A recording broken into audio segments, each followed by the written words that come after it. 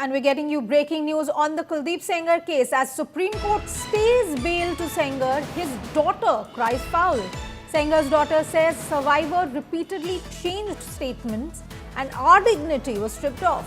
Sengar's daughter claims that they have been fighting for justice for the last 8 years. This is a statement coming in from Kuldeep Sengar's family.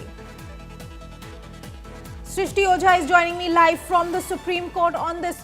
Srishti, the victim and the survivor and her family have been crying for justice ever since the High Court order. Now today, after the High Court's order, Kuldeep Singh Sengar's daughter saying it is them who are waiting for justice. What more do we know about this?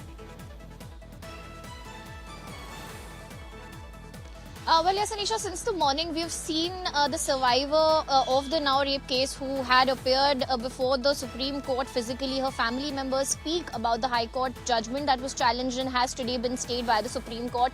But now we are also getting to hear from the other side, where a statement has now been given to India Today on behalf of Kuldeep Sengar by Kuldeep Sengar's daughter herself, who has raised questions over today's hearing, saying that they were deprived of their right to be heard. Kuldeep Sengar's side was not heard by court today before passing the said order. She has pointed several flaws as far as alleged flaws as far as the merits of the case are concerned, saying that there are certain points that they were not allowed to highlight before the court.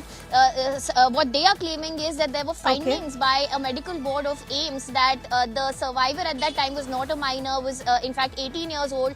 Not just that, there are some discrepancies with regard to the CDR locations, which apparently, according to them, showed that Sengar was not even present at the time, was present there at time of the alleged incident. Other than that, as far as the other case of custodial death of the victim's father is concerned, her daughter is claiming that Kuldeep Sengar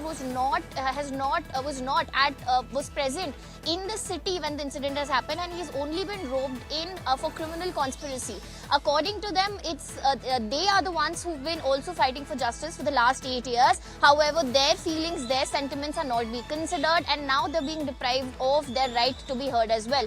It's important, however, to point out here that what Supreme Court has said today, the order that has been passed, comes in as an interim order, because the order was only on the aspect of whether the High Court's order needs any stay as of now or not. And even the Supreme Court itself noted that the top court usually doesn't interfere in cases of bail or doesn't stay bail orders. But in this case, Kuldeep Sengar is already in custody, which makes the facts and circumstances of this case extremely peculiar, because it's not like he's already out on bail, out of custody, and Supreme Court is sending him back to jail. He's already in custody in a different case, the case of the custodial death of the victim's father, and therefore the case, the present case, involves peculiar facts and circumstances. As far as the merits of the case are concerned, which are also being highlighted now by Kuldeep Sengar's family, all these will be subject to hearing before the Supreme Court. As of now, the court has only issued notice and sought for Kuldeep Sengar's response. So the court will be giving them time to file their responses and also hear their detailed arguments, and then finally reach to a conclusion